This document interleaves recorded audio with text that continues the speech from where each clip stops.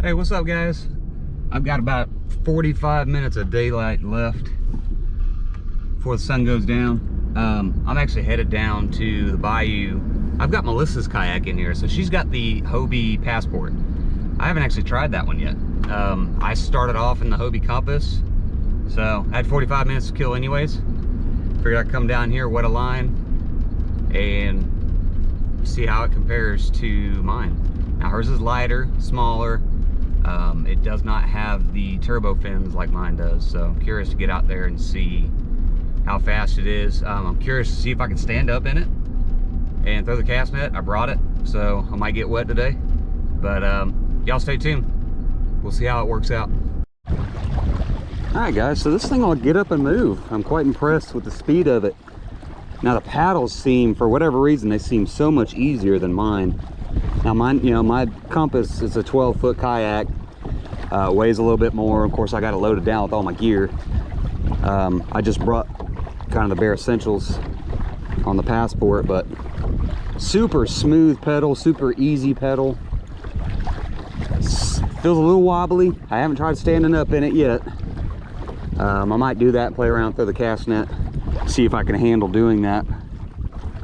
But so far so good. I like it. Now, my wife's not a hardcore fisherman, so that's the reason why we got this kayak, was for her to fish a little bit, pedal around a little bit, have some fun. My first gut instinct is I wouldn't have this Passport for all the fishing that I do, all the gear that I bring, all the extra accessories. I wouldn't say that this is the kayak for me, but it is a good kayak. I think it's perfect for her. So we're gonna do some more tests. Like I said, I'm gonna try standing up in it here in a minute. I'll try possibly throwing the cast net just to see if it's something that can be done.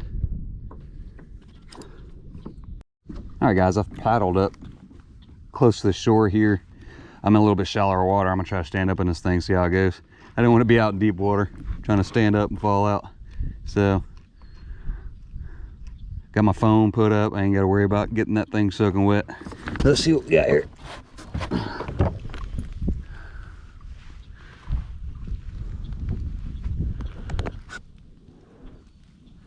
So that's got a, ooh, scared something nice right there, y'all. Probably a red. Man, I've seen a lot of reds hitting right close to the shore. Lots of tiny little shrimp in the water. So anyways, back on the subject. It's got some wobble to it. Now, I'm no professional by any means when it comes to this. But my Compass is definitely sturdier than this. So you can stand in it. I mean, it's holding, but you really got to have some sea legs. So I'm gonna give cast netting a shot, see how that works out. All right, guys, let's see how dumb I am. Don't know if you don't try, right? It's definitely not as stable as mine. I can feel that even just kneeling and trying to sit myself up. Now it sits lower too. The seat sits lower than mine. Mine's actually raised on the Compass, which I like. Makes it easier to get up from a sitting position. Man, I got a tangled mess here. Hopefully there's not a knot in this thing.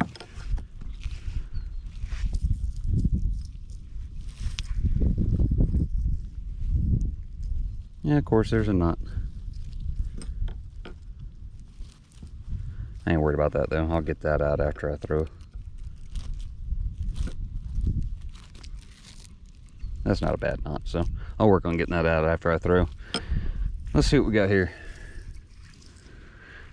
Doesn't help that I'm trying to throw an 8-foot cast net either. A little 4-footer would have been better for this demonstration, but all right, I'm gonna see if I can get myself turned around without falling out the boat. All right, let's see what we got here. Like I said, it's not too bad. It's just, there's definitely more movement in this one than there is in the Compass. So I've been standing in the Compass for a while now, ever since I bought it. So I've gotten used to it. Even at first, even the compass seemed tipsy to me. So it's definitely something you grow into and get used to doing. It wasn't bad. Now, it wasn't the prettiest throw of the cast net, but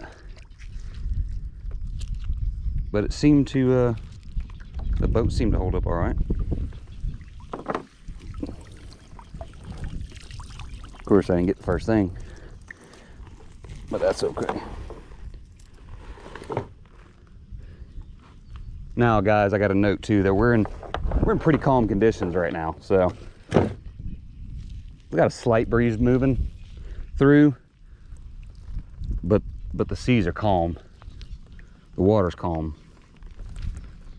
I don't know if I'd be doing this in choppy conditions. It makes me nervous to do it in my compass in choppy conditions, let alone in this one. So we'll throw one more time, see if we get anything. This definitely seems harder to throw. I'm more worried about my balance than I am the throw.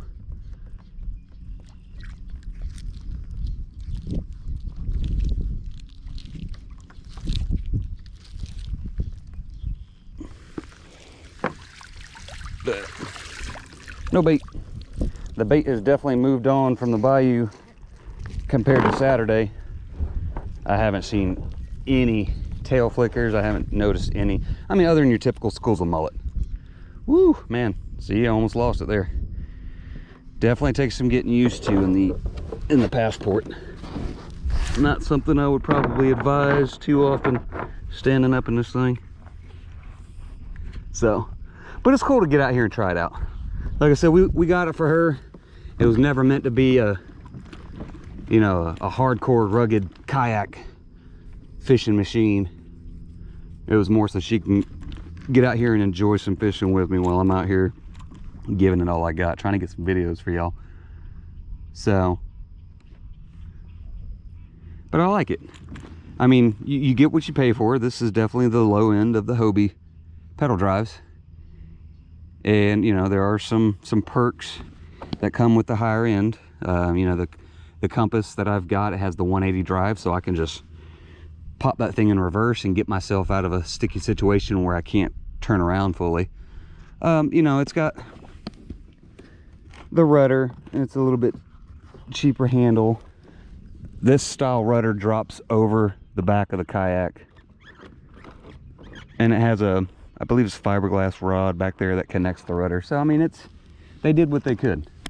I mean, they brought in an affordable pedal drive kayak onto the market, basically going up against Pelican's high drive. So, but it does come installed with the gear tracks, which is nice. We added the nets just for storage, and the seat's not too bad. Like I said, it's not a bad seat. I don't like how the straps are here. You're very limited if you got anything in your pockets. It makes it very hard to get to your pockets. Now, like I said, this is more of a biased review too, because it's basically a downgrade from mine, so I'm used to the bells and whistles on mine. But I really enjoy it. It's got like I said, it's got a very smooth, very easy kick to it. I mean, it doesn't take much to get this thing up and going. And that's got to do with I assume, like I said, I'm no pro, the smaller size. It's 10 foot as opposed to my 12 foot. It's lighter. But it gets up and goes, no problem. It's really nice. I'm gonna throw a few more casts and then get back in. Just about out of daylight.